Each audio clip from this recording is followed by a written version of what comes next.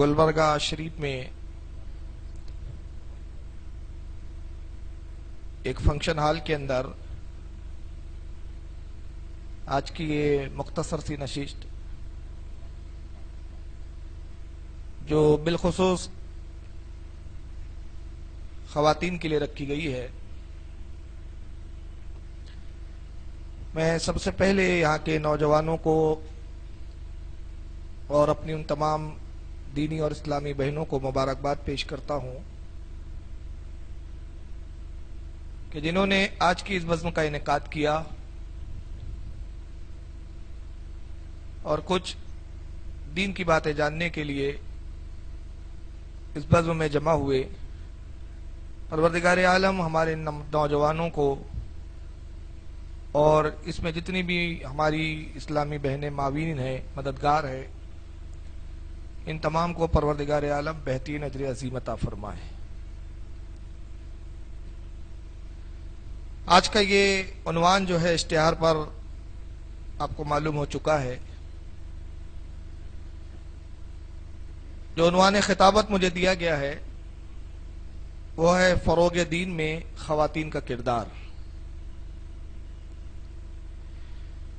یہ ایک ایسا عنوان ہے کہ جس پر بولنے کے لیے کافی وقت چاہیے، کافی گھنٹے چاہیے۔ مختصر وقت میں بہت زیادہ باتیں نہیں کی جا سکتی، لیکن میں کوشش کروں گا کہ خواتین کے حوالے سے فروغ اسلام میں ان کا کیا کردار رہا، کیا خدمات رہی، اور آج بھی اگر خواتین چاہے، ہماری بہنیں چاہیں تو اسلام کے فروغ میں ایک بہترین کردار ادا کر سکتی ہے۔ اس حوالے سے میں چند اپنی معروضات اپنی بہنوں کے گوشے گزار کروں گا۔ جہاں تک خواتین کا تعلق ہے، اس کی اہمیت اور دین کے فروغ میں، بلکہ میں کہوں گا کہ پوری معاشیاتی زندگی میں خواتین کا جو ایک کردار ہے، جو اس کی اہمیت اور افادیت ہے، اس کا انکار نہیں کیا جا سکتا۔ تین پہلو ہوتے ہیں کسی بھی خاتون کے، تین دور ہوتے ہیں، تین ادوار ہے۔ ایک دور یہ ہوتا ہے کہ جب وہ کسی کی بیٹی ہوتی ہے، پھر دور دوسرا وہ آتا ہے کہ جب وہ کسی کی بیوی بنتی ہے، اور تیسرا دور یہ ہوتا ہے کہ جب وہ ماں بنتی ہے۔ دنیا کا واحد مذہب اسلام ہے، اور میں یہ مبالغے میں نہیں بلکہ تحقیق کی روشنی میں کہہ رہا ہوں کہ اگر دیگر مذاہب سے آپ اسلام کا تقابل کریں تو اسلامی واحد وہ مذہب ہے جو خواتین کے ان تینوں ادوار میں، کہ جب وہ بیٹی ہیں، بیوی ہیں اور ماں ہے، تینوں دور میں خواتین کو جو عزت اور احترام دیتا ہے، جو عظمت فراہم کرتا ہے، وہ دنیا کا کوئی مذہب اس کو فراہم نہیں کر سکتا۔ میں سب سے پہلے یہ عرض کرنا چاہوں گا کہ انسانی زندگی میں عورت کی اہمیت کتنی زیادہ ہے۔ عورت کے تصور کے بغیر معاشرہ نامکمل ہے، معاشرہ تکمیل نہیں پاتا، معاشرہ مکمل نہیں ہو سکتا، بلکہ یہ کہوں کہ انسانیت کے وجود کو اگر جو برقرار رکھتی ہے وہ ہماری خواتینیں ہیں، ہماری ماں اور بہنیں ہیں۔ تاریخ اسلام کے حوالے سے اگر میں گفتگو کروں، آپ اور ہم سب جانتے ہیں کہ سب سے پہلا انسان کا جو وجود بخشا گیا جس ذات کو، وہ حضرت آدم علیہ السلام ہے۔ بنی ہے نوع آدم کے جد امجد ہے حضرت آدم علیہ السلام، منبع انسانیت ہے حضرت آدم علیہ السلام، مرکز انسانیت ہے آدم علیہ السلام۔ وجود آدم نہ ہوتا تو انسان نہ ہوتا، لیکن صرف تنہا آدم کے وجود سے انسانیت نہیں پھیلی اور بڑی ہے۔ حضرت آدم علیہ السلام سے اگر انسانیت کا وجود بخشا گیا ہے یا وجود کو پھیلایا گیا ہے تو اس میں عورت کا بھی ایک اہم کردار رہا ہے۔ آپ دیکھیں حضرت آدم علیہ السلام کی تخلیق جنت میں ہوئی ہے، پروردگار عالم نے حضرت آدم کو جنت میں پیدا فرمایا، ساری نعمتیں حضرت آدم کے لیے مہیا کی گئی ہے۔ بہت ہی حسین و جمیل حوریں ہیں جو آپ کی خدمت میں لگی رہتی ہے، فرشتے ہیں جو آپ کے غلام ہیں، آپ کی خدمت میں ہمہ وقت حاضر ہے۔ جنت کی ساری نعمتیں حضرت آدم کے پاس ہے، جو چاہتے ہیں کھاتے ہیں، جو چاہتے ہیں پیتے ہیں۔ جنت کے پھل ہے، جنت کے درخت ہے، جنت کا ہر ماحول، جنت کا ہر لمحہ ایک ایسا لمحہ ہے کہ جو لطف سے بھرا ہوا ہے۔ مگر تاریخ بتاتی ہے کہ ایسے خوشگوار ماحول میں بھی اور ایسے پرامن ماحول میں بھی حضرت آدم کو ایک خلا محسوس ہوتی ہے۔ آدم علیہ السلام جنت میں ہونے کے باوجود، جبکہ جنت میں بے چینی نہیں ہے، جنت میں سکون و قرار ہے، مگر آدم علیہ السلام کو ایک بے قراری سی محسوس ہوتی ہے، ایک قلبی سکون میسر نہیں آتا ہے۔ عرض کرتے کہ خالق کائنات یہاں حورے تو ضرور ہے، فرشتے ضرور ہے، غلما ہے، سب کچھ ہے خالق کائنات، مگر پھر بھی ایک کمی محسوس ہوتی ہے، اور وہ یہ کہ میں اپنا ہم جنس نہیں پاتا ہوں۔ اے پروردگار عالم، میرا ہم جنس بھی ہونا چاہیے۔ تاریخ اسلام اس بات پر متفق ہے کہ حضرت آدم علیہ السلام کی بائیں پسلی سے حضرت حوا کو پیدا کیا گیا۔ یہ دنیا کی پہلی خاتون ہے، یہ دنیا کی پہلی بیوی ہے، یہ دنیا کی پہلی ماں ہے۔ حضرت حوا رضی اللہ تعالی عنہ بیٹی نہیں ہے، اس لیے کہ حضرت آدم کی پسلی سے پیدا کی گئی، کوئی باپ نہیں ہے، کوئی ماں نہیں ہے، لیکن ایک بیوی کی حیثیت ضرور ہے حضرت حوا کی، اور ایک ماں کی حیثیت ضرور بنتی ہے۔ جب حضرت حوا کی تخلیق ہو گئی، حضرت آدم علیہ السلام نے اپنے ارد گرد میں دیکھا، اس ماحول سے پرسکون تو تھے، لیکن جب جناب حوا پر نظر پڑی تو سارے ماحول، ساری جنت کی خوبصورتی جناب حوا کے سامنے پھیکی اور مانند نظر آتی ہے۔ حضرت حوا رضی اللہ تعالیٰ عنہ اتنی حسین و جمیل تھی، اتنی خوبصورت تھی کہ جنت میں حضرت حوا کے حسن کا مقابلہ کرنے کے لیے کوئی شے اور کوئی چیز نہیں تھی۔ تمام حوریں حضرت حوا کے حسن کے سامنے بالکل پھیکی نظر آتی ہے۔ نبی کریم صلی اللہ تعالی وسلم نے جناب حوا ہماری ماں کی خوبصورتی کا تذکرہ یوں فرمایا، یہ جناب حوا ہماری تمام انسانوں کی ماں ہے، کتنی حسین پیدا کی گئی۔ رسول اللہ فرماتے ہیں کہ اللہ رب العزت نے حوا کو جو حسن دیا، حسن کے 100 حصے فرمائے، اور 100 حصوں میں سے 99 حصے حضرت حوا کو عطا فرما دیے، اور ایک حصہ پوری کائنات میں پھیلا دیا گیا ہے۔ اندازہ لگائیں کہ ہماری ماں حضرت حوا کتنی حسین و جمیل تھی، تو فطری بات تھی کہ ہمارے والد، ہمارے باپ حضرت آدم ان کی طرف مائل ہوتے، ان کی طرف متوجہ ہوتے، کیونکہ جنت میں اس سے زیادہ حسین تو کوئی چہرہ نظر ہی نہیں آیا تھا۔ مگر آئیے رسول اللہ کی اہمیت کو بھی تو دیکھیں ذرا آپ، اور جانیں کہ انسانی زندگی میں رسول اللہ کی محبت، رسول اللہ کی اہمیت کتنی زیادہ ہے۔ ہمارے مصطفیٰ کے بغیر ہماری زندگیاں نامکمل ہے۔ حضرت آدم علیہ السلام نے جب حضرت حوا کی طرف رغبت دکھائی، قریب ہونا چاہا کہ میں حضرت حوا کو چھوں اور چھو کر کچھ لطف محسوس کروں، تو اللہ نے فرمایا کف یا آدم، اے آدم ٹھہر جاؤ، ابھی آپ حوا کے قریب نہیں جا سکتے، اسے چھونے کا حق ابھی آپ کو حاصل نہیں ہے۔ عرض کیا خالق کائنات، کیا اس حسین و جمیل پیکر کو میرے لیے نہیں پیدا کیا گیا؟ اے خالق کائنات، کیا میرا اس پر کوئی حق نہیں ہے؟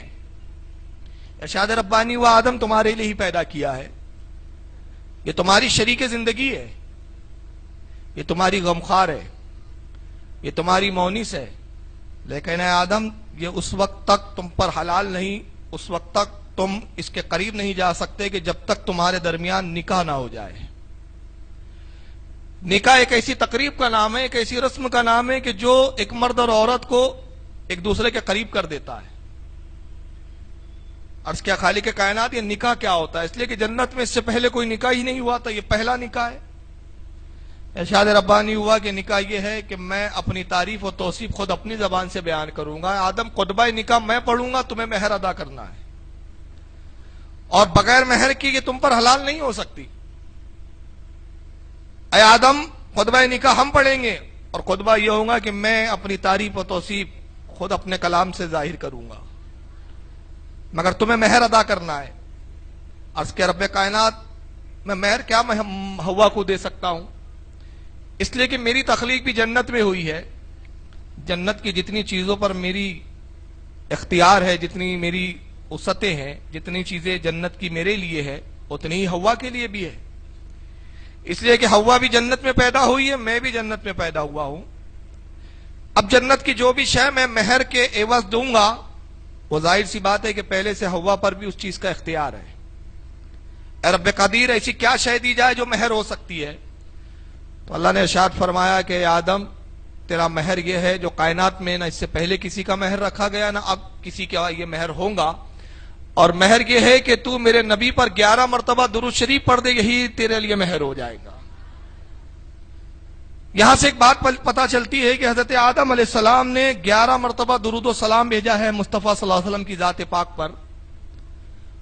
اور جب سلام بھیجا ہے تو ہوا ان کے لیے حلال ہو گئی ہے، رشتے قائم ہو گئے ہیں، دو اجنبی ایک ہو گئے ہیں.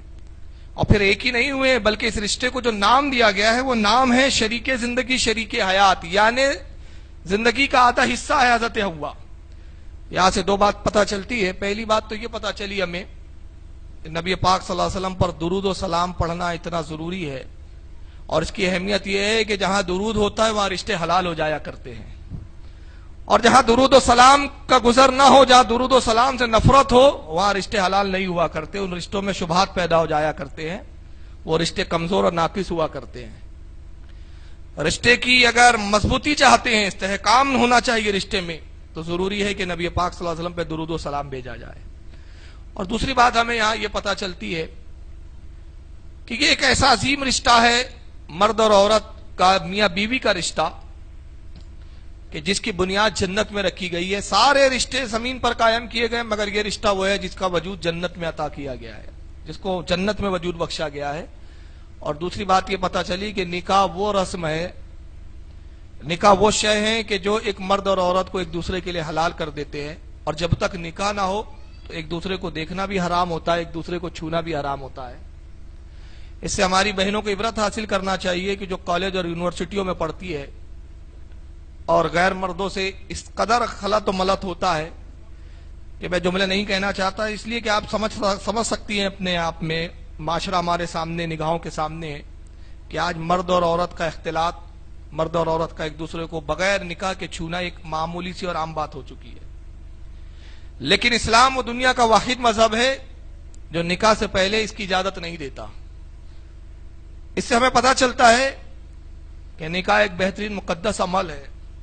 اور ساتھ ہی یہ بھی معلوم ہوا کہ عورت کی ایک حیثیت وہ ہے کہ جب وہ بیوی کی شکل میں ہوتی ہے تو صرف ایک بیوی نہیں ہوتی، بلکہ اپنے شوہر کی زندگی کا آدھا حصہ ہو جاتی ہے. اس کے تصور کے بغیر ایک انسان کی، ایک مرد کی زندگی مکمل نہیں مانی جا سکتی. اور جب بیٹی کی شکل میں ہوتی ہے تو رحمتوں کا سبب ہوتی ہے. آقا صلی اللہ علیہ وسلم ارشاد فرماتے کہ جس گھر میں بیٹیاں ہوتی ہیں اس گھر میں رحمت زیادہ ہوتی ہے. آپ تصور کیجئے، یہ اس عالم میں رسول اللہ نے کہا ہے کہ اس سے پہلے بیٹیوں کو زندہ دفن کر دیا جاتا ہے، زمین میں دفن کیا جا رہا ہے. جیتی جاگتی زی روح سانس لیتی ہوئی بچی کو باپ اپنے ہاتھوں زمین میں گاڑ دیتا ہے. ایسے پرفتن ماحول میں نبی پاک صلی اللہ علیہ وسلم دنیا کے واحد وہ رہنما ہے جو عورت کی اہمیت بتاتے ہیں، اور ان لفظوں میں بتاتے ہیں، فرمایا کہ جس گھر میں دو بیٹیاں ہوں اللہ تعالیٰ اس گھر کے، اس لڑکیوں کے باپ اور ماں کے لیے جنت کو واجب فرما دیتا ہے. یعنی اندازہ لگائیں کہ جب ایک عورت بیٹی کی روپ میں اور بیٹی کی شکل میں ہوتی ہے تو اپنے ماں باپ کی نجات کا ذریعہ اور جنت میں جانے کا ذریعہ بن جایا کرتی ہے. کتنی بلند ہے عورت، کتنی مقدس ہے عورت. یہی نہیں بلکہ آقا نے فرمایا کہ جس نے اپنی دو بیٹی کی پرورش کی، انہیں اچھی تہذیب سکھائی، اچھی تعلیم دی. اور اس پر میں ایک بات عرض کرنا چاہتا ہوں کہ حدیث پاک میں لفظ آیا ہے تہذیب اور تعلیم. یہ زندگی کے دو شعبے ہیں، تہذیب کے ساتھ تعلیم کا ہونا ضروری ہے اور تعلیم کے ساتھ تہذیب کا ہونا ضروری ہے. اسلام دونوں چیزوں کو لازم و ملزوم قرار دیتا ہے. مگر آج کی موجودہ تعلیم کو ہم دیکھیں تو تعلیم تو لوگ حاصل کر لیتے ہیں مگر تہذیب سے دور ہو جاتے ہیں، تہذیب سے ناشنا نظر آتے ہیں. آج کا معاشرہ یہ ہے کہ انسان جتنا پڑھ لکھ لیتا ہے اتنا گھمنڈی ہونے لگتا ہے. لیکن اسلام ایسی تعلیم کو پسند نہیں کرتا. اسلام کہتا ہے تعلیم تو انسان کو اور عاجزی اور انکساری سکھاتی ہے. تعلیم کے ساتھ تہذیب کا ہونا، اخلاق کا ہونا بڑا لازم و ملزوم ہوتا ہے۔ اللہ کے رسول نے فرمایا جو اپنی بیٹی، دو بیٹیوں کی پرورش کرے، اچھا ادب سکھائے، تہذیب سکھائے اور ان کو اچھی تعلیم دے، تو یہاں سے ایک بات یہ بھی پتہ چلی کہ اسلام عورت کی تعلیم کا مخالف نہیں ہے۔ کچھ لوگ بدنام کرتے ہیں کہ اسلام عورت کو دبانے کی بات کرتا ہے، اسلام عورت کو کچلنے کی بات کرتا ہے، اسلام عورت کو پردے میں بٹھا کر اس کے حقوق کو پامال کرتا ہے۔ یقیناً جاننا چاہیے کہ یہ ان کا بہت بڑا بہتان ہے، اور تعجب تو اس بات پر ہے کہ یہ وہ لوگ دعویٰ کرتے ہیں جو اپنی بیٹیوں کو پراپرٹی میں حق تک دینے کے لیے تیار نہیں ہے۔ وہ لوگ کہتے ہیں عورت کی بات، حقوق کی بات، ہیومن رائٹس کی بات وہ لوگ کرتے ہیں کہ جنہوں نے اپنی بیٹیوں کے جب نکاح کیے تو کنیا دان کا جس کو نام دیا ہو۔ کنیا کے معنی لڑکی ہوتے اور دان کے مطلب ہوتے خیرات دے دینا، جو اپنی لڑکیوں کو خیراتوں میں بیچ دیتے ہو وہ بات حقوق کی کرتے ہیں۔ اسلام لڑکیوں کے بیچنے کا قائل نہیں ہے، اسلام کہتا ہے کہ لڑکی کو تہذیب سکھاؤ، تمیز سکھاؤ، اور آقا پھر آگے فرما رہے ہیں، دیکھیے اس بات سے بالکل وضاحت ہو جائیں گی، سرکار نے کہا تعلیم دو، تہذیب سکھاؤ، اور جب اچھے گھر میں وہ نکاح کر دے، اچھے گھر میں اپنی بیٹی کو بدا کر دے، تو حضور صلی اللہ علیہ وسلم نے 2 انگلیوں کا اشارہ کیا اس طرح، کہا جیسے یہ 2 انگلیاں قریب قریب ہے وہ میرے ساتھ اسی طرح جنت میں جائیں گا، جس طرح یہ 2 انگلیاں قریب ہے ایسا قریب میرے ساتھ جائیں گا۔ ایک صحابی کھڑے ہوئے عرض کیا یا رسول اللہ آپ نے 2 بیٹیوں کے لیے ارشاد فرمایا، اللہ کے رسول اگر کسی کی ایک ہی بیٹی ہو، آقا کا دریائے رحمت جوش میں آیا، فرمایا اگر ایک بیٹی کی بھی وہ پرورش کرے تو تب بھی وہ میرے ساتھ ایسے ہی جنت میں جائیں گا۔ اور ایک دیگر حدیث میں آتا ہے کہ آقا نے فرمایا اگر کسی کو بیٹی نہ ہو تو اس کو چاہیے کہ وہ کسی یتیم بچی کو ہی کم از کم پال لے، کہ اگر کسی نے کسی ایک یتیم بچی کی بھی پرورش کی تو وہ اور میں جنت میں ایسے ہی جائیں گے جیسے 2 انگلیاں قریب قریب ہے۔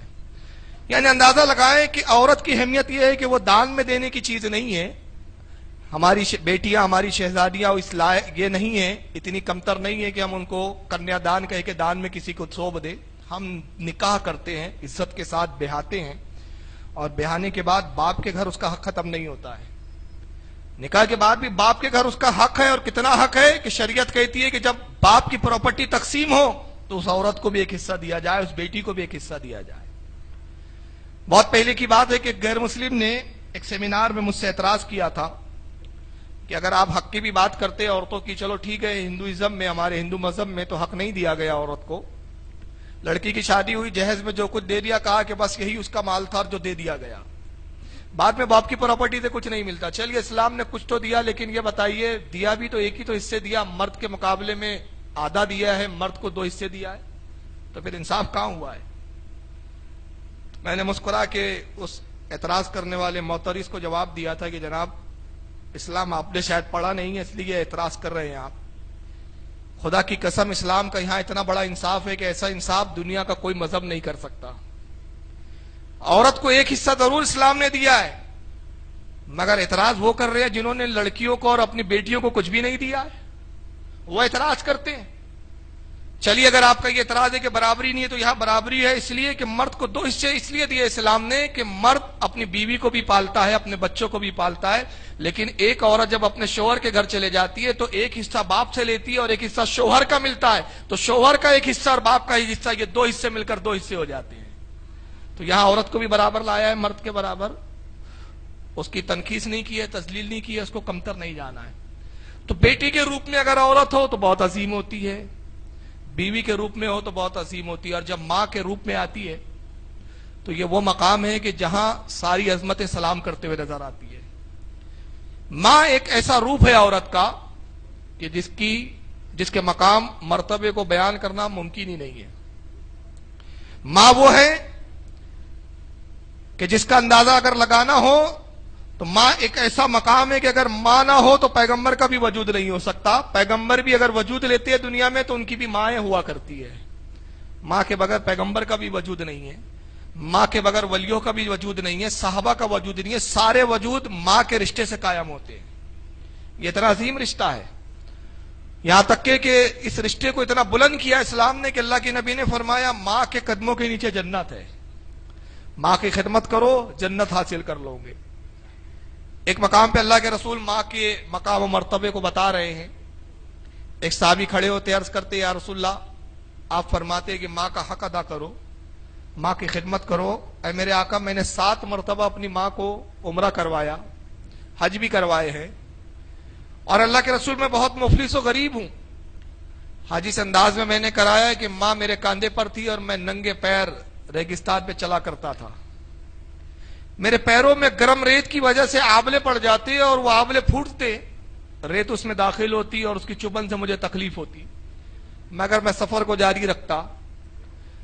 حال یہ ہوتا کہ میں صفا مروہ کی سعی کرتا, میری ماں میرے کاندھے پر سوار ہوتی, میں حجر اسود کو بوسے دیتا, ماں کاندھے پہ سوار ہوتی, میں خانہ کعبہ کا طواف کرتا, ماں کاندھے پہ سوار ہوتی, میں زمزم کے پانی کو نوش کر رہا ہوتا, ماں کاندھے پہ سوار ہوتی. اللہ کے نبی اس طرح میں نے 7 مرتبہ اپنی ماں کو حج اور عمرہ کروایا کہ ماں میرے کاندھے پہ تھی اور میں اپنی ماں کو کاندھے پہ لے کر گھومتا رہا. اللہ کے نبی ذرا بتائے کیا میں نے اپنی ماں کا حق ادا کر دیا؟ کیا میں نے اپنی ماں کا حق ادا کیا ہے؟ ذہن تو یہ کہتا ہے کہ اتنی بڑی خدمت آج کوئی انسان کر رہے, یہ بڑا مشکل نظر آتا ہے, تو ماں کا کچھ تو حق ادا ہو ہی جانا چاہیے. مگر جب اللہ کے نبی نے دیکھا کہ یہ حق کی بات کرتا ہے اور وہ بھی ماں کے حق کی بات, سرکار کی آنکھوں میں آنسو آ گئے اور اللہ کے نبی نے ارشاد فرمایا روتے ہوئے کہ میرے صحابی تو ماں کے حق کی بات کرتا ہے؟ قسم خدا کی ماں اتنی عظیم ہے کہ جب وہ تجھے پیدا کر رہی تھی تیری ماں, اور پیدا کرتے وقت جو جھٹکے لے رہی تھی, جو تکلیف اس پہ گزر رہی تھی, تو اس تکلیف کا ایک جھٹکا جو اس نے لیا ہے اس کا بھی حق تو نے اب تک ادا نہیں کیا ہے. اندازہ لگائیے کہ ماں وہ روپ ہے عورت کا جس کا حق ادا ہی نہیں کیا جا سکتا. کوئی انسان اگر یہ تصور کرے کہ میں ماں کے حق کو ادا کر لوں, یہ ناممکن ہے. زندگیاں تمام ہو جائیں گی لیکن ماں کے حق کو ادا نہیں کر سکتا. تو عورت کے تینوں روپ بڑے عظیم و بلند و بالا ہے. بیٹی کے روپ میں ہو تو برکتوں کا سبب ہے, بیوی کے روپ میں ہو تو برکتوں کا سبب ہے, ماں کے روپ میں ہو تو برکتوں کا سبب ہے, اور بیوی ہو تو تب بھی وہ برکت ہوتی ہے. اس تعلق سے ایک حدیث بیان کر کے میں آگے اپنے موضوع پر آ جاؤں گا. میں چاہ رہا تھا کہ کچھ تمیزی طور پر عورت کی پہلے میں اہمیت بتاؤں, پھر فروغ اسلام میں اس کا کیا کردار رہا اس پر میں گفتگو کروں. حالانکہ وقت مجھے بڑا کم مل رہا ہے کیونکہ عموماً میں 2.5 گھنٹے سے کم نہیں بولتا ہوں, لیکن بہرحال میں اپنے مضمون کو سمیٹنے کی کوشش کروں گا. نبی پاک کے بعد ایک صحابی آتے, بڑے مفلس اور غریب صحابی ہے. عرض کرتے یا رسول اللہ دعا فرما دیجئے سرکار کہ اللہ تعالیٰ مجھے صاحب حیثیت بنا دے, کچھ مال و دولت مجھے بھی عطا کر دیا جائے. اللہ کے نبی اس قدر مفلس ہو کہ فاقے گزرتے ہیں. آقا صلی اللہ علیہ وسلم نے سر سے پیر تک اس شخص کو دیکھا اور فرمایا کیا تو نے نکاح کیا ہے؟ عرض کہ یا رسول اللہ میں نے نکاح نہیں کیا, میرے پاس کوئی عورت نہیں, کوئی بیوی نہیں ہے میری, میں تو کنوارا ہوں. ارشاد فرمایا جاؤ نکاح کر لو. وہ صحابی خاموش ہو گئے, گھر آئے سوچنے لگے کہ میں تو رسول کے پاس یہ دعا کرانے گیا تھا کہ سرکار کچھ مال و دولت مل جائے, اللہ میری مفلسی کو دور کر دے, مگر حضور نے دعا کرنے کی بجائے یہ فرما دیا کہ نکاح کرو. کیسے نکاح کیا جا سکتا ہے کہ جب میں خود مفلس ہوں تو اپنی بیوی کو کیسے پالوں گا, اپنی بیوی کی کیسے پرورش کروں گا, اسے کیسے چیزیں اور اس کی ضروریات کی چیزیں فراہم کر سکوں گا. 1 مہینے کا عرصہ گزر گیا, اس صحابی نے نکاح تو نہیں کیا. 1 مہینے کے بعد رسول اللہ کی خدمت میں پھر حاضر ہوتے ہیں. عرض کیا یا رسول اللہ صلی اللہ تعالی وسلم آپ میرے لیے دعا فرما دے کہ اللہ میری مفلسی کو دور کر دے. آقا نے دیکھا, ارشاد فرمایا تو وہی شخص ہے نا جو 1 ماہ پہلے پھر آیا تھا؟ عرض کیا یا رسول اللہ میں ہی ہوں. کہا کیا تو نے نکاح کر لیا؟ عرض کیا یا رسول اللہ نکاح تو نہیں کیا. فرمایا جاؤ نکاح کرو پھر آنا. وہ صحابی پھر چلے گئے اور پھر سوچنے لگے کہ رسول اللہ نکاح کے لیے ہی کہتے, کتنی عجیب بات ہے, میں حضور سے دعا کے لیے کہتا, حضور نکاح کے لیے کہتے ہیں. اور نکاح کیسے کیا جا سکتا ہے؟ پہلی بات تو یہ کہ مجھ مفلس سے نکاح کون کرے گا. دوسری بات یہ کہ اگر کوئی اپنی بیٹی کو دے بھی دے میرے نکاح میں, میری کردار اور سیرت کو دیکھ کر, تو سوال یہ پیدا ہوتا ہے کہ جب میرے ہی کھانے کے مسئلے ہے تو بیوی کو کھانے کے لیے کہاں سے سامان فراہم کیا جائے گا. پھر 1 مہینے کا عرصہ گزر گیا اور پھر وہ تیسری بار رسول اللہ کی بارگاہ میں حاضر ہوتے ہیں. عرض کیا رسول اللہ آپ دعا تو فرمائے سرکار. تو اس بار رسول اللہ کے چہرے زیبا پر کچھ ناراضگی کے اثرات ظاہر ہوئے. آپ کے چہرے پر کچھ جلال طاری ہوا اور آپ نے جلال کی کیفیت میں ارشاد فرمایا تو وہی ہے نا جو 2 بار آیا تھا اور تیسری بار پھر آ گیا دعا کرانے. عرض کیا یا رسول اللہ آپ فرماتے نکاح کروں.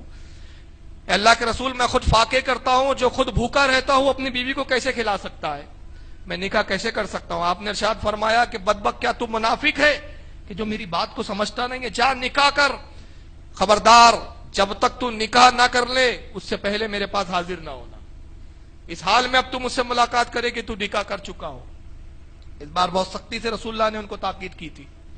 وہ صحابی گئے اور کچھ جستجو کی، ایک غریب گھر کی ان کی لڑکی کو پیغام ان کا قبول کر لیا گیا۔ ایک غریب باپ نے اپنی ایک غریب بیٹی کو ان کے نکاح میں دے دیا۔ بیوی گھر پر آئی، یہ سوچ رہے تھے کہ اب بیوی کو کیا کھلاؤں، مگر رب تبارک و تعالیٰ نے غیب سے ان کے روزی کے اسباب کو مہیا فرما دیا، غیب سے دروازے کھل گئے۔ اور حال یہ ہوا کہ جب 1 ماہ کے بعد رسول اللہ کی خدمت میں پہنچے، سرکار نے فرمایا کیا اب میں تیرے لیے دعا کر دوں؟ عرض کہ یا رسول اللہ اب میں دعا کے لیے نہیں بلکہ اس لیے حاضر ہوا ہوں کہ رب تبارک و تعالیٰ سے یہ آپ کی بارگاہ میں آ کے رب سے یہ دعا کرواؤں آپ سے کہ آپ یہ دعا کیجئے کہ پروردگار میری ان برکتوں کو سلامت رکھے۔ تو سرکار مسکرائے، فرمایا کیا ہوا، ذرا اپنا حال تو بیان کر۔ کہا یا رسول اللہ پہلے فاقے ہوتے تھے لیکن قسم وحدہ لا شریک کی، جس دن سے میرے گھر میں میری شریک حیات آئی ہے وہ دن ہے اور آج کا دن ہے، میں کبھی بھوکا نہیں سویا ہوں، میں نے کبھی فاقہ نہیں کیا ہے۔ اللہ کے نبی اتنی اب دولت کی فراوانی ہے کہ کھانے کے بعد بھی اتنا بچ جاتا ہے کہ ہم دوسروں کو بھی کھلانے لگے ہیں، اب دوسروں کو بھی کھلاتے اور پلاتے۔ آقا نے فرمایا جانتا ہے کہ مفلسی کس وجہ سے تھی؟ یہ مفلسی تیرے اعمال کے سبب سے تھی، لیکن جب تو نے نکاح کیا اور تیری بیوی گھر آئی تو وہ بیوی برکتوں کا سبب تھی، ساری برکتیں تیرے بیوی کے ذریعے آئی ہے، تو اپنی برکتوں کو خود روکے ہوئے تھا۔ تو اس سے معلوم ہوا کہ عورت انسان کی زندگی میں آتی ہے تو برکتوں کا سبب بن کر آتی ہے، رحمتوں کا سبب بن کر آتی ہے۔ اسلام نے عورت کو اتنا بلند کیا کہ کہیں بھی ذلیل و خوار نہیں کیا ہے۔ مگر ایک بات ہے یہاں پر، آج کے اس پرفتن دور میں کچھ لوگ نقاب اور برقعے کو لے کر اسلام کا مذاق اڑانے کی کوشش کرتے ہیں، کہتے کہ جب آپ اتنی بڑی بڑی باتیں کرتے ہیں کہ اسلام نے عورتوں کو یہ حق دیا وہ حق دیا تو پھر یہ برقع جیسا ظلم کیوں کر رہے ہو آپ، یہ پردہ کیوں عورتوں پہ آپ نے لگا رکھا ہے، یہ پردے میں عورتوں کو کیوں رکھا ہے آپ نے، یہ کپڑے گرم اور بلیک کپڑے پہننے پر کیوں مجبور کر رکھا ہے؟ اس کے جواب میں ایک مختصر بات عرض کرنا چاہتا ہوں کہ در حقیقت عورتوں کا پردہ یہ ظلم نہیں ہے، عورتوں کا یہ پردہ ان پر جبر نہیں ہے، عورتوں کا یہ پردہ ان کے تحفظ کی عزت اور ان کے تحفظ کا فراہم کرنا ہے، یہ پردہ ان کو تحفظ فراہم کرتا ہے، یہ پردہ ان کو عظمت دلاتا ہے، یہ پردہ ایک جبری قانون نہیں ہے۔ میں اس کے تعلق سے ایک بات عرض کرنا چاہتا ہوں، ایک مرتبہ میڈیا پہ بات چل رہا تھا، اگر ہماری اسلامی بہنوں کو معلوم ہوگا، انہوں نے اخبارات یا نیوز سنی ہوں گی تو انہوں کو پتا ہونا چاہیے کہ بیچ میں کچھ حالات ایسے گزرے کہ جرمن کے اندر پردے اور نقاب پر پابندی لگائی گئی، بڑے سخت قانون لائے گئے اور کہا گیا کہ جو عورت پردے کی حالت میں دکھیں گی حال یہ کیا جائے گا کہ اس پر سختی کے ساتھ اس سے نپٹا جائے گا، اس پہ جرمانہ بھی کیا جائے گا اور ہو سکتا ہے کہ سزا بھی دی جائے۔ بہت ساری اسلام پر فدا ہونے والی ہماری بہنوں نے اس کے خلاف احتجاج بھی کیے، مگر جبری قانون تھا، نافذ کر دیا گیا۔ ہندوستان کے میڈیا نے اس بات کو بہت اچھالا اور اچھال کے کہا کہ صاحب جرمن میں جو ہوا وہ صحیح تو ہوا ہے، آخر عورت کو پردے میں بٹھانے کی کیا ضرورت ہے، پردے میں رکھنے کی کیا ضرورت ہے۔ ناگپور میں ایک اخبار کی کانفرنس چل رہی تھی، اس میں مجھے بھی مدعو کیا گیا، کچھ غیر مسلم رہنما بھی بیٹھے ہوئے تھے اور وہ اس بات پر زور دے رہے تھے، بار بار یہ منوانے کی کوشش کر رہے تھے کہ پردہ اسلام کا ایک جبری قانون ہے جو عورتوں پہ نافذ کیا گیا ہے۔ میں نے وہاں ایک بات کہی تھی اس وقت جس کی تائید ان غیر مسلموں کو بھی کرنی پڑی، اور یہی نہیں بلکہ انہوں نے اس بات کو قبول اور ایکسپٹ بھی کیا کہ واقعی آپ نے جو دلائل کی بات کی ہے یہ وہ باتیں ہیں جس کا انکار نہیں کیا جا سکتا۔ میں نے وہاں 2 باتیں کہی تھی، پہلی بات تو میں نے یہ کہی تھی کہ آپ پردے کی بات کر رہے ہیں، یہ الگ بات ہے کہ آپ نے اپنے مذہب سے پردے کو نکال دیا ہے، ورنہ اگر مذہبی اعتبار سے دیکھا جائے تو پردہ آپ کیا بھی تھا، تہذیب آپ کیا بھی تھی، لحاظ آپ کا بھی تھا۔ یہ الگ بات ہے کہ آپ نے اب ان لحاظوں کو ترک کر دیا ہے، مرد اور عورت کے خلط ملط معاشرے کو قبول کر لیا ہے۔ میں نے کہا کہ ذرا جائیے اور آپ تلسی داس کی رامائن کھولیے، رام چرت مانس جس کا نام ہے، تلسی داس نے یہ اکبر کے زمانے میں لکھی تھی اور یہ ہندوؤں کا بہت بیسک گرنتھ ہے۔ اس کے اندر ایک واقعہ ملتا ہے، واقعہ تو یہ ہے کہ تلسی داس لکھتے ہیں کہ جب راون سیتا کو لے کر جاتا ہے اور سیتا کو لے جا رہا تھا، یہ ان کے مذہب کے اعتبار سے، یہ الگ بات ہے کہ ہم کتنا مانتے اور کتنا نہیں مانتے، بحث اس کی نہیں ہے کہ ہم اسے مانتے یا نہیں مانتے، بحث تو یہ ہے کہ چونکہ وہ غیر مسلم ہے مجھے انہی کے دھرم اور انہی کی کتابوں کی بیس پر ان کو مطمئن کرنا ہے۔ میں نے کہا آپ کی اپنی کتابوں میں خود چیز موجود ہے کہ پردے کی آپ کیا اہمیت ہے، ذرا اس کو غور سے دیکھیے آپ۔ تو تلسی داس لکھتے ہیں کہ جب سیتا کو راون لے کر جاتا ہے تو سیتا نے کیا کہ رام مجھے تلاش کرتے ہوئے آئے تو اپنے آبوشن اپنے زیورات کو اتار کر پھینکنا شروع کیا، کہیں کان کی بالی اتار کے پھینک دیے، کئی ہاتھوں کی چوڑیاں پھینکی، کئی گلے کا ہار پھینکا، کئی پیروں کی پائزب پھینکی ہے،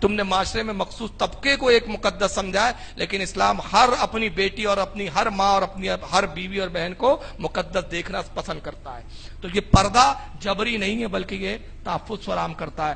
اس لیے میری ماں بہنوں کو چاہیے کہ اس پردے کو وہ ظلم نہ سمجھے، بلکہ دیکھے کہ رسول کی شہزادی خاتون جنت نے کیسا پردہ کیا ہے. کوئی عورت کتنی ہی عظیم ہو جائے لیکن قسم خدا کی وہ رسول اللہ کی بیٹی فاطمہ سے عظیم نہیں ہو سکتی. فاطمہ کے پردے کا یہ حال ہے رضی اللہ تعالیٰ عنہ. مولا کائنات علی مرتضیٰ فرماتے قسم وحدہ لا شریک کی، میں نے فاطمہ بنت رسول اللہ سے بہترین عورت کو نہیں دیکھا. قسم خدا کی فاطمہ اتنی باپردہ تھی کہ اس کے بالوں کو بھی آسمان نے کبھی نہیں دیکھا ہے. یہ خاتون جنت کا پردہ تھا. اللہ کے نبی فاطمہ کے پاس آتے رضی اللہ تعالیٰ عنہ اور اپنی شہزادی سے پوچھتے ہیں کہ اے شہزادی بتاؤ عورت کے حق میں سب سے بہتر کیا ہے؟ عرض کرتی ہے بابا جان عورت کے لیے سب سے بہتر یہ ہے کہ اپنے گھر میں ٹھہری رہے، ضرورت ہو تو تبھی باہر نکلے، ضرورت ہو تو کسی محرم کے ساتھ نکلے، تنہا نہ نکلے. آقا نے فرمایا اچھا بیٹی فاطمہ یہ بتاؤ اور اس سے زیادہ عورت کے لیے کیا بہتر ہے؟ عرض کرتی ہے بابا جان عورت کے لیے اس سے بہتر یہ ہے کہ جب نماز کا وقت ہو جائے تو وہ اپنے گھر میں ہی نماز پڑھے. ارشاد فرمایا ہے میری بیٹی کیا اس سے بھی بہتر عورت کے لیے کچھ اور ہے؟ عرض کرتی ہے یا رسول اللہ اس سے بہتر یہ ہے کہ نماز وہ اپنے گھر کے تہخانے میں پڑھے، بیسمنٹ میں پڑھے. تو اللہ کے نبی نے اپنے بیٹی کی پیشانی کو بوسہ دیا اور ارشاد فرمایا کہ بیٹی فاطمہ تو نے عورت کی فطرت کو پہچان لیا ہے. تو یہ عورت کا تقدس ہے، یہ عورت کی عظمت ہے. پردہ اس کو عظمت فراہم کرتا ہے نہ کہ اس پہ ظلم و جبر کی بات کرتا ہے. لیکن جب وقت آتا ہے تو ہماری اسلامی خواتینوں نے، ہماری اسلام کی ماؤں نے، ہماری اسلام کی بہنوں نے اسلام کے لیے پردے میں رہ کر وہ خدمات انجام دی ہے کہ بعض وقت تو مرد بھی ان کے خدمات کے مقابلے میں پیچھے نظر آتے ہیں. اس حوالے سے اگر ہم گفتگو کریں تو جناب خدیجہ الکبریٰ رضی اللہ تعالیٰ عنہ کا کردار سب سے بہترین اور نمایاں کردار نظر آتا ہے. فروغ اسلام میں ان کا کیا کردار ہے؟ نبی پاک صلی اللہ علیہ وسلم کی سب سے پہلی چہیتی بیوی ہے. اور حال یہ ہے کہ نبی پاک صلی اللہ علیہ وسلم نے جب اعلان نبوت کیا سارا زمانہ مصطفیٰ کا دشمن بنا ہوا ہے، لیکن مصطفیٰ جب بازاروں میں تبلیغ کے لیے جاتے ہیں لوگ پتھر مارتے ہیں. نبی کریم صلی اللہ علیہ وسلم جب آبادیوں میں جا کے تبلیغ کرتے ہیں لوگ گالیاں بکتے ہیں، مگر جب گھر آتے ہیں تو بیوی کا مسکراتا ہوا چہرہ دیکھتے ہیں تو سارے غم دور ہو جایا کرتے ہیں. حضرت خدیجہ ایسی تسلی دیتی ہے کہ رسول اللہ فرماتے قسم خدا کی اس زمانے میں کہ جب مجھ پر مصیبتوں کے پہاڑ توڑے جا رہے تھے خدیجہ سے زیادہ مونس و غمخار میرا کوئی نہیں تھا. خدیجہ وہ تھی میری بیویوں میں کہ جس کے چہرے کو میں دیکھ لیتا تو سارے غم بھول جایا کرتا تھا. خدیجہ کا ایک جملہ میرے تمام زخموں پہ مرہم رکھ دیا کرتا تھا. یہ عالم ہوتا کہ سارے دولت کو بڑی امیر و کبیر خاتون تھی. عرب میں حضرت خدیجہ الکبریٰ رضی اللہ تعالیٰ عنہ سے زیادہ امیر و کبیر کوئی عورت نہیں تھی، مگر تجارت کیا لیکن کس شان سے تجارت کیا ہے. کبھی بازار میں خود نہیں گئی ہے، کبھی اشیاء کو فروخت کرنے کچھ نہیں گئی ہے، اور یہ مزاج دیا ہے کہ عورت چاہے تو دولت بھی کما سکتی ہے، عورت چاہے تو تجارت بھی کر سکتی ہے. مگر طریقہ کیا بتایا اس کا؟ اس کے لیے عورت کو بازار میں جانے کی ضرورت نہیں، بے پردہ ہو کر آفس میں جا کے بیٹھنے کی ضرورت نہیں. وہ چاہے تو گھر میں بھی اتنا کما سکتی ہے کہ جو ایک مرد بھی نہیں کما سکتا. عرب کی سب سے امیر خاتون ہے، مگر تجارت کا انداز یہ ہے کہ جو امانت دار تاجر ہے ان کو روپیہ دیتی ہے تجارت کے لیے، مال فراہم کرتی ہے، کہتی ہے یہ مال لے جاؤ بیچو، اس میں جو نفع ہو آدھا تم رکھ لینا، آدھا نفع مجھے دے دینا. اللہ نے وہ برکت دی کہ پورے عرب میں ان سے زیادہ امیر نہیں ہے. مگر آقا فرماتے کہ جتنی دولت اللہ نے خدیجہ کو دی تھی اس نے ساری اسلام کی تبلیغ کے لیے قربان کر دیا، کچھ بھی بچا کے نہیں رکھا ہے. ساری دولت جب ضرورت پڑتی ہے تو حضرت خدیجہ رسول اللہ کی بارگاہ میں لا کے رکھ دیتی ہے. اے اللہ کے نبی یہ دولت آپ کے قدموں کا صدقہ ہے، اے میرے آقا یہ آپ کی مسکراہٹوں کا صدقہ ہے. اے اللہ کے نبی ایک آپ کی مسکراہٹ کی خاطر میں اپنی پوری دولت قربان کرنے کے لیے تیار ہوں. حضور یہ میرا مال ہے، آپ جہاں چاہے صرف کرے. دین اسلام کی تبلیغ میں ابتدائی دور وہ رہا ہے کہ خدیجہ کا مال، سرکار کہتے ہیں اگر خدیجہ کا مال نہ ہوتا تو دین کی تبلیغ میں کرنا میرے لیے بڑا دشوار ہو جاتا. یہی وہ خدیجہ کا مال ہے جس کی بنیادوں پہ رسول اللہ نے غلاموں کو خریدا ہے. یہی حضرت خدیجہ کا مال ہے جس کی بنیادوں پہ رسول اللہ صلی اللہ علیہ وسلم نے غریب اور غربا مسکین صحابہ کے کھانے پینے کے انتظامات کیے. تو فروغ اسلام میں جناب خدیجہ کا وہ کردار ہے، وہ معاملہ ہے جو کسی خاتون کا نظر نہیں آتا.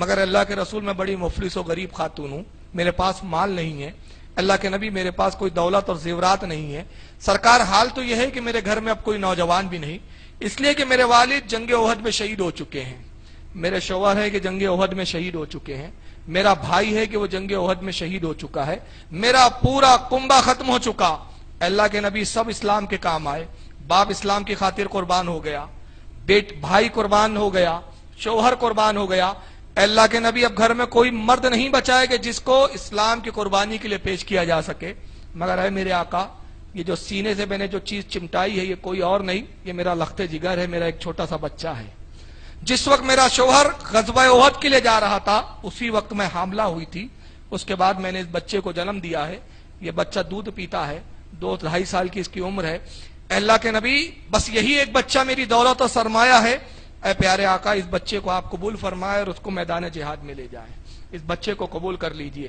آقا نے اس خاتون کی قربانی اور جذبے کو دیکھا، سرکار کی آنکھوں میں آنسو آ گئے، اس بچے کو آپ نے گود میں ضرور لیا اور ارشاد فرمایا کہ اے اسلام کی معزز شہزادی، اے میری بیٹی، میں تیری قربانی کو سلام کرتا ہوں، میں تیرے جذبے کو سلام کرتا ہوں، میں تیرے لیے اللہ کی بارگاہ میں دعا کرتا ہوں، لیکن اے اسلام کی شہزادی ذرا سنو، یہ بچہ بڑا کمسین ہے، یہ ابھی دودھ پیتا بچہ ہے، یہ تلوار چلا نہیں سکتا، یہ تلواروں سے مقابلہ نہیں کر سکتا، یہ تیر اندازی نہیں کر سکتا، حد تو یہ ہے کہ یہ اتنا کمزور اور ناتواں اور اتنا کمسین بچہ ہے کہ اب یہ شیرخوارگی کے عالم میں ہے، دودھ پیتا بچہ، اس پر اگر کوئی وار کرے تو اس وار سے یہ اپنے آپ کو بچا بھی نہیں سکتا، یہ ڈھال نہیں اٹھا سکتا، اس لیے میں تمہارے جذبے کی قدر کرتا ہوں لیکن اس بچے کو جنگ میں نہیں لے جایا سکتا، جاؤ اس کو اپنے ساتھ رکھو، اس کو پروان چڑھاؤ، اس کو پرورش کرو، اس کو پالو پوسو، اس کو اچھا تہذیب و تمدن سے آراستہ کرو، اس کو بہادر بناؤ، جب یہ جوان ہو جائے پھر اللہ نے چاہا تو بہت سارے موقع آئیں گے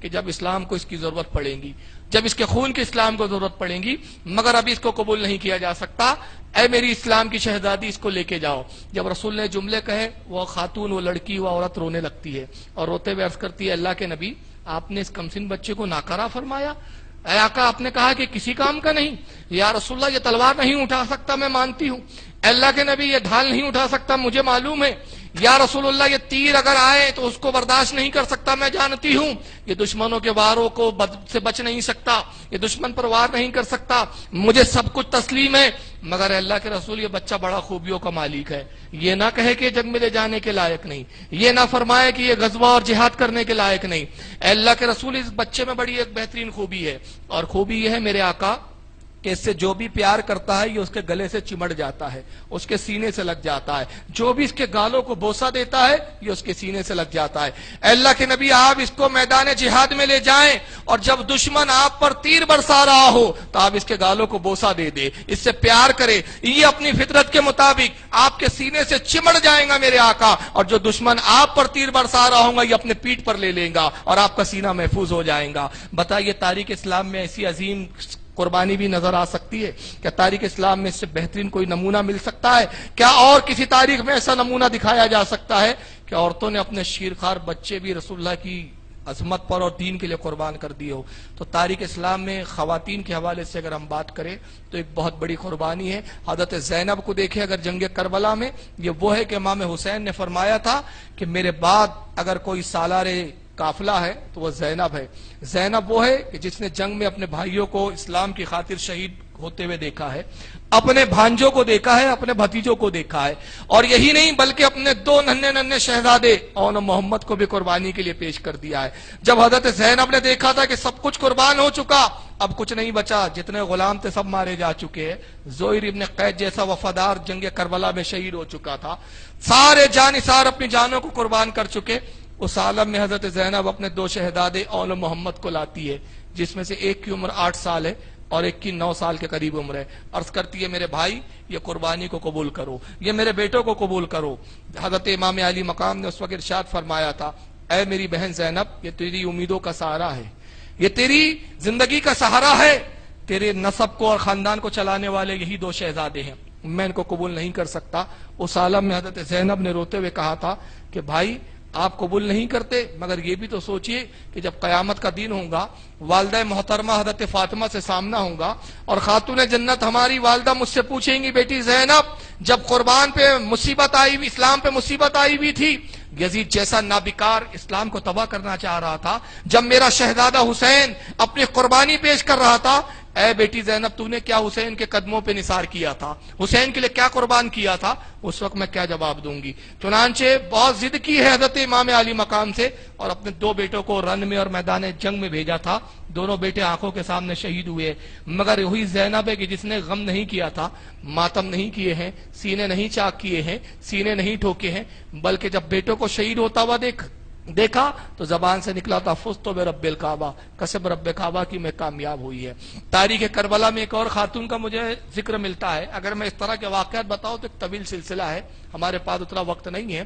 ایک جانثار امام علی مقام کے جن کا نام مسلم ابن اوسجہ ہے، یہ بڑے ضعیف العمر تھے. 80 سال کا بوڑھا ہے جو امام حسین کے ساتھ میدان کربلا میں آیا ہے، یزیدیوں سے لڑتا ہے اور لڑتے لڑتے شہید ہو جاتا ہے. حضرت مسلم ابن اوسجہ کی جب شہادت واقع ہوئی، آپ کی جو بیوی محترمہ، آپ کی خاتون جو ہے، خیمے کے باہر سے اپنے شوہر کو لڑتا ہوا دیکھ رہی ہے.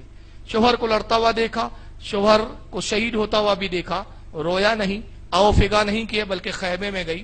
اسی خیمے سے زیر بختر پہنے ہوئے، سر پر خول پہنے ہوئے، ننھی سی تلوار لیے ہوئے ایک چھوٹا سا بچہ برآمد ہوتا ہے.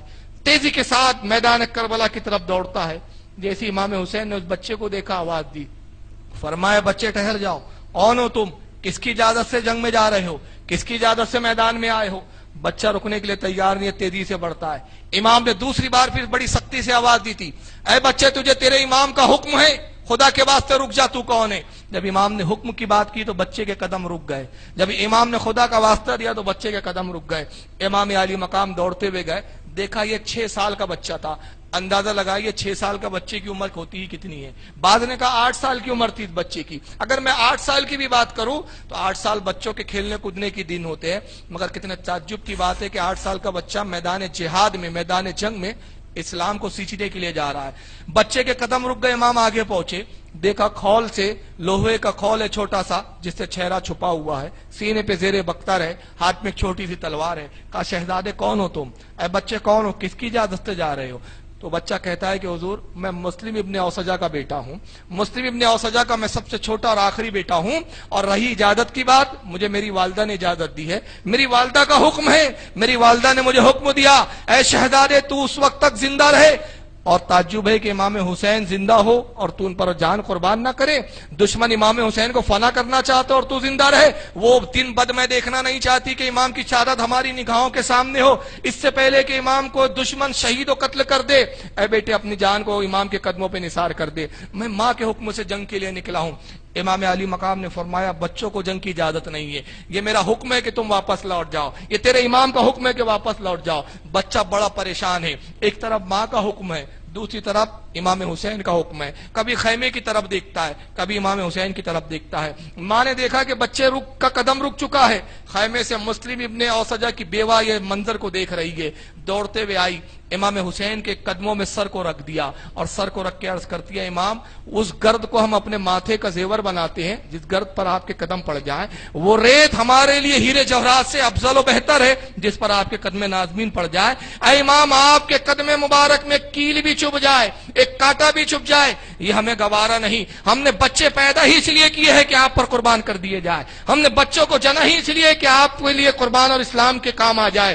اے امام علی مقام خدا کا واسطہ آپ اس بچے کو نہ روکیے، اس کو اجازت دیجیے. کہا اسلام کی نے خاتون یہ چھوٹا بچہ ہے، 8 سال کا بچہ ہے، ہم اس کو اجازت نہیں دے سکتے، اس کی قربانی کو قبول نہیں کیا جائے گا. جاؤ بچوں کو واپس لے جاؤ، اس کو بڑا کرو، پروان چڑھاؤ، پھر موقع آئیں گے تو پھر جہاد پہ بھیجنا، لیکن اتنے چھوٹے بچے کو جہاد میں نہیں بھیجا جا سکتا. وہ خاتون مچل گئی، سر کو امام علی مقام کے قدموں میں رکھا اور اپنے بیٹے کو اشارہ کرتی ہے تو بھی امام کے قدموں میں جھک جا، اور اشارہ کیا. بیٹے نے ماں کے اشاروں کو سمجھ لیا، بچے نے مسلم ابن اوسجہ کے اس ننھے سے بچے نے امام کے قدم پکڑ لیے اور روتی ہوئی آنکھوں سے کہتا ہے امام علی مقام